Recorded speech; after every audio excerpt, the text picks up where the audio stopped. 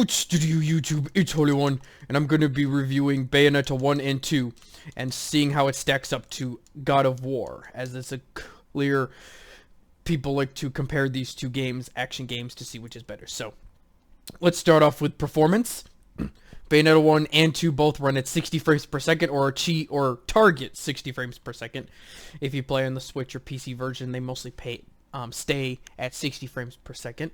And as for the technical mumble jumble, it runs at 720p on the Switch, and other versions also run at 720p. The PC version has an unlocked resolution, so you can go up to 4K on that puppy if you want to.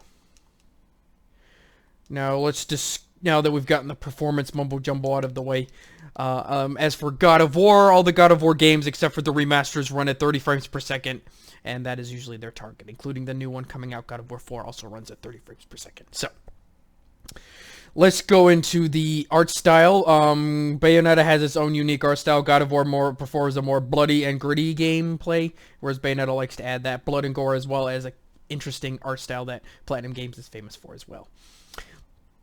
Now, when it comes to story, Bayonetta 1 and 2 focus on heaven versus hell versus the human realm. There's 3 different realms. Each one is split up into its different things, where heaven has the most influence as trying to restore God as Jubileus in the game as well. And as for the story of God of War, it's Greek mythology. You're basically angry at the gods, and you're going to hunt them down pretty much and kill all of them off without realizing the repercussions you have on the world. Now, for each of the main protagonists, Bayonetta has her own witty remarks and always plays things off with a joke. She's actually concerned for other characters in the game, even if she doesn't show it. Kratos usually ends up killing his allies off, or those he cares about end up dying in his hands anyways. Now, when it comes to characters that you meet along the story in Bayonetta, you have your main merchant, Rodin, who basically hooks you up with merchandise. You're seeing him here right on the screen. And as for God of War, you basically just, you have Athena to hook you up with stuff. As upgrades, you have to find stuff. Unlike God of War, you can actually buy the weapons you want to use in this game and use them. And you can basically start off in a New Game Plus with stuff you've unlocked throughout the story. So you're not limited to that, whereas God of War 1 through 3 definitely have a lot of action to them. The game is definitely really good for that. And Bayonetta also has some really good action when it comes to fighting angels and all that sort of stuff. And in Bayonetta 2, you get to fight demons as well as you're hunting down to recover Joan, who was kidnapped by them. And God of War's main plotline is basically kill all the gods, get your vengeance on them. So yeah, and basically each game, Bayonetta has you fighting cosmic forces, basically final bosses that can bend time and reality itself. Whereas Kratos' final boss was Zeus, who basically is the, god of all gods. So other than that's pretty much wraps up the stories for both of them. Now, let's talk about the music in the games. This is definitely a good one.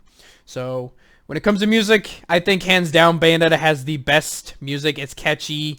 It really fits the narrative for each boss fight, whereas God of War has like a very dramatic music for each of the bosses, but doesn't really have a music for the regular enemies, whereas Bayonetta does. Now, when it comes to combat, both game has its own unique abilities. Bayonetta likes to use her sword, guns, and different weapons you can mix it up with. You can change how you use different weapons. You can also manipulate time and slow it down. You can transform into different animals and fighting stances. With each game, you can unlock new different characters and weapons and animals that you can change into. As for God of War, you unlock different dual chaos blades. You unlock different chaos blades, and you can also in God of War 3 you can use.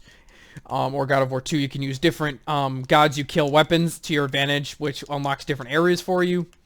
Same with Bayonetta, as you turn into different animals, you can terrain different areas of the game as well, which is definitely interesting.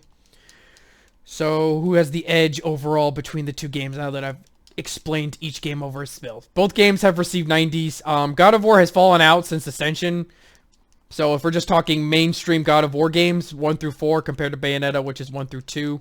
I know Bayonetta has less games on the market, but God of War 4 is coming out, and God of War 4 is basically taking away features such as you can't jump anymore.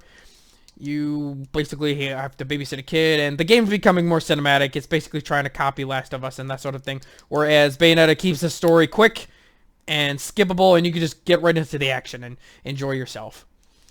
So, if I were to choose a series that I liked more so far after playing both games extensively, I'd have to go with Bayonetta, just slightly. I'd have to go with Bayonetta, just because the music is better.